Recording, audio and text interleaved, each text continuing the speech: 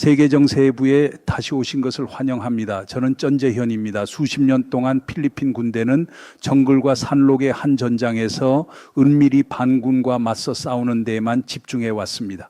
그러나 어느 날 전선은 돌연히 바뀌었습니다. 마닐라는 세계에서 가장 군사화된 분쟁 지대 가운데 하나인 인도양과 태평양의 한복판으로 곧장 밀려 들어갔습니다. 이곳은 강대국 간의 치열한 경쟁이 구도를 만들고 남중국해의 스프래틀리 군도에서 스카보로 환추에 이르기까지 해상 항로가 이해관계를 겹겹이 포개며 군사화의 파도가 밀려오는 무대입니다. 거리라는 방패도 더는 안전을 보장하지 못하는 지경에 이르렀습니다. 필리핀은 지정하게 태풍의 눈으로 걸어 들어갔습니다. 이 변화는 선택이 아니라 외부로부터의 강제였습니다. 중국의 단계적 격상은 부인할 수 없습니다. 몇 달이 난다나 도이 이산 타이 이푼이 이 플리 이 밥네 바다 민병대에서 해경에 이르기까지 200차례가 넘는 침입 거친 해군 대형 물대포 공격과 레이저 조준, 드론 정찰이 잇따랐습니다. 이것이 이웃 나라들이 이미 맛본 이른바 그 회색지대의 그 전형입니다. 필리핀은 그 피할 수 없는 궤도로 진입하고 있습니다. 필리핀 육군 제10 보병사단의 전화는 AFP 현대사에서 가장 심층적인 전략적 분기점 가운데 하나를 표시합니다. 수십 년의 대두의 반군전을 접고 강대국 경쟁과 서필리핀에서 높아지는 압력이 만들어낸 인도태평양 억지의 시대로 들어갑니다. 일본이 도서 방위를 위해 대함 미사일 체계를 전개하고 대만이 드론 침입 이후 군 구조를 재편한 것처럼 필리핀 역시 거의 40년 만에 가장 광범위한 교리 전환을 단행하고 있습니다. 이것은 전략적 부활입니다. 전례 없이 빠르게 회전하는 권력의 추에서 마닐라가 어떻게 생존할지 가르는 결정적 선택입니다. 러시아가 우크라이나에 억지로 들이민 부당한 전쟁이 끝내 자국의 안보도 좀 먹고 있듯 강압의 시대는 결국 국방교리의 갱신을 강요합니다. 이 마닐라는 중국의 회색지대 포위를 뚫고 나갑니다. 시청자 여러분, 남중국해에서 직접적 권한을 주장하는 국가인 필리핀은 베이징의 회색지대 전략과 쉼 없이 맞닥뜨리고 있습니다. 중국은 해상 민병대와 해경을 앞세워 물대포와 근접 위협 같은 강압을 가하고 뒤에서는 해군으로 억지를 걸어 공개 충돌의 문턱 아래에서 지속 압박을 유지합니다. 민간 외피 속에서 이 전략의 목표는 경제활동을 교란하고 심리적 압박을 누적해 비합리적인 영유권을 한 발씩 강제하는 데 있습니다. 이는 마닐라가 법적, 외교, 안보라는 세 전선 모두에서 팽팽히 버티게 만든 연수관 칸가는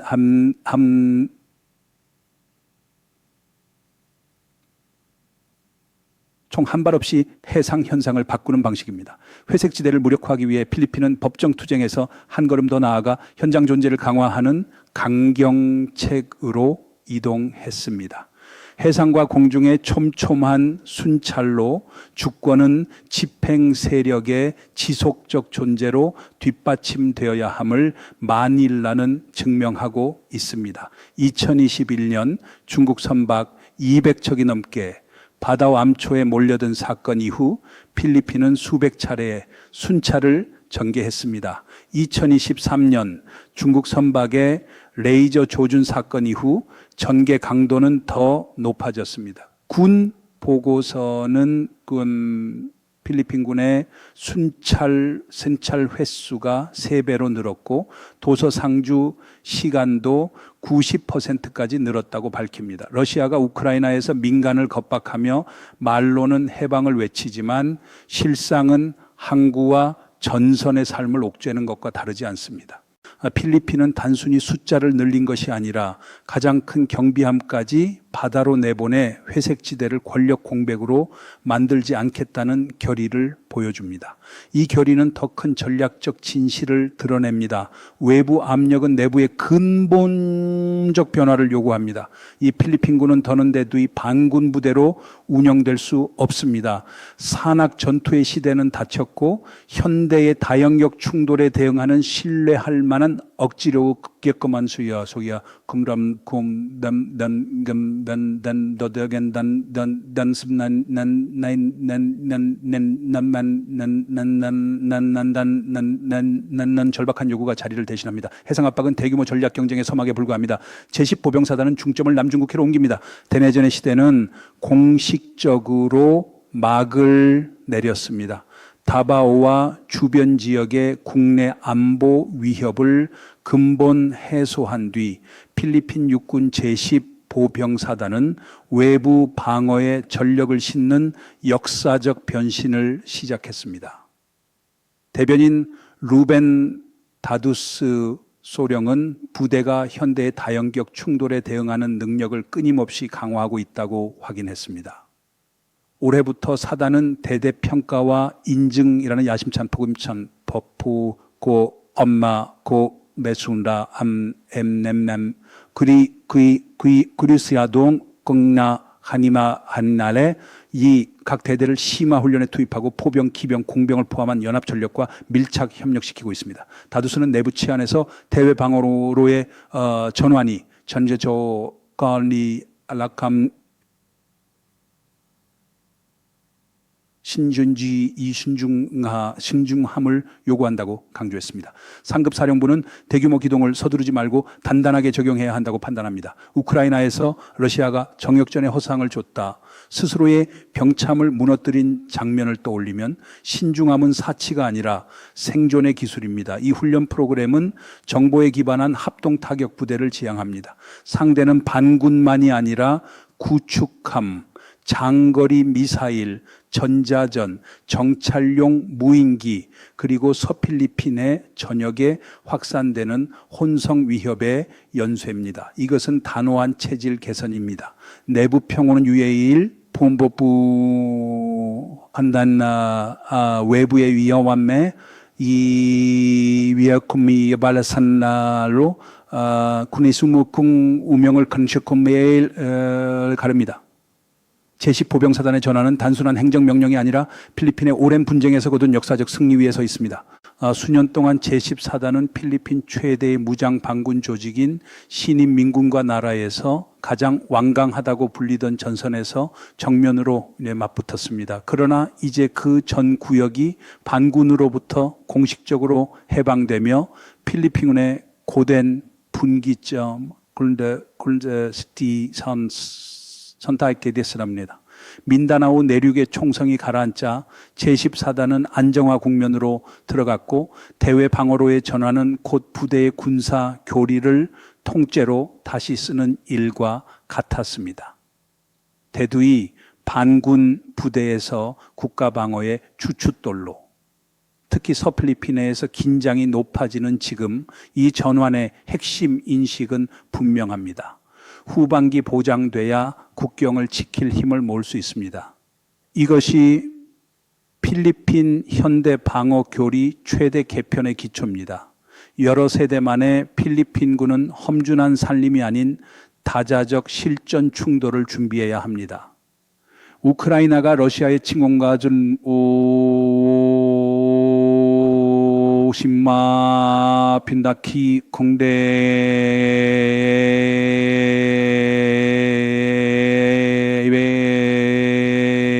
우주로 전쟁을 확장의 뜻 준비의 폭과 속도가 생사를 가릅니다. 제10보병사단의 가장 대담한 축 이동 가운데 하나가 바로 대대 인증과 평가 프로그램입니다. 수년 만에 시행된 대대급 대규모 연습이지만 더 이상 흩어진 추격 모의가 아닙니다.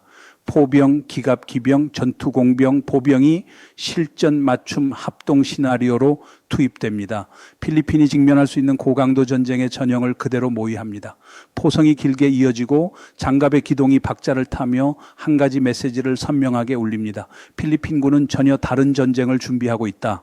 변신의 또 다른 축은 서로 다른 작전 지역에 배치된 여러 대대 간의 대규모 기동입니다. 해안 기습 상륙 훈련, 필리핀 공군 수송 자산을 활용한 합동 기동 대대 단위의 신속 전개가 AFP의 체질이 정면 기동 정밀로 바뀌고 있음을 보여줍니다. 대두의 반군전에서는 거의 필요치 않던 기술이지만 현대 영토 방어에서 이를 갖추지 못하면 첫 순간부터 패배를 적산하게 됩니다. 이런 변화는 발리카탄 2024년부터 2025년까지 가장 또렷합니다. 필리핀 역사상 최대의 연습으로 병력 1만 7,600명가량이 참가했습니다. 사상 처음으로 실탄 합동 사격과 해상 타격 지원 작전이 전개되었습니다. 더는 보여주기 훈련이 아닙니다. 바다, 육지, 하늘 미사일이 하나의 전장으로 엮이는 다연격 전투로 필리핀이 진입했음을 천명한 것입니다. 그 속에서 육군은 더 이상 산악만을 싸우는 병과가 아닌 중심을 맡습니다. 연안 억지, 공중 영역, 미사일 연계의 다층 억지망으로 끌어올려졌습니다. 이 과감한 개혁으로 제14단은 역량을 높이는 데 그치지 않고 인도 태평양에서 다면 다방향 다층의 위험이 몰려오는 시대에 필리핀의 영토 방위 임무를 재정의합니다. 우크라이나 전장에서 드론과 포병, 전자전이 엮이며 러시아의 무딘 접근을 연일 드러낸 것처럼 여기서 점수는 구호가 아니라 합동 화력의 정합성으로 매겨집니다. 필리핀이 대외 방어로 방향을 튼 순간 조용하지만 극도로 위험한 위협이 수면 위로 떠올랐습니다. 외국의 정찰입니다. 영화 속 비밀 요원이 아니라 낯선 무인기가 필리핀의 군사시설을 몰래 지도화하는 일입니다. 그 표적 가운데 하나가 바로 제10 보병사단의 책임 구역이었습니다. 사태는 제때 차단되었지만 이것이 동아시아 전역에 퍼지는 양상임을 드러냈습니다. 2023년 일본에서는 중국 무인기가 규슈의 미사일 기지에 접근해 도쿄가 새로운 타격 능력을 탐지당하는 것 아니냐는 경보가 울렸습니다. 이듬해 대만은 김문상공의 PLA 무인기가 연속 침입해 도서 방어 체계를 훑는 사태를 확인했습니다. 무인기는 전략 정찰의 선단을 여는 송곳이 되었습니다. 진짜 충돌이 시작되기 전에 상대가 전장을 설계하도록 돕는 도구입니다. 이에 제10 보면상 고나이식 사단 도난자나이시엔 이유턴다는 이코는 이 반다남 반천지어와 부미함 첩보를 즉시 강화했습니다. 기지 둘레는 최신 감지 체계로 보강되고 출입은 엄격히 통제되며 모든 이상 징후는 실시간 보고로 묶였습니다. 더 중요하게는 국가안보기관과 초고속 데이터 회선을 구축해 무인기의 모든 활동을 즉시 분석합니다. 정보는 현대 충돌의 첫 번째 무기입니다. 정찰은 결코 단독으로 오지 않습니다. 그 뒤에는 표적형 파괴, 전자전, 큰견난 통자전 회색지대 작전이 따라 붙습니다. 총성 없이 국가 방어를 갉아먹습니다. 러시아가 우크라이나의 전력을 약화시키려 가짜 깃발과 허세를 반복했지만 결국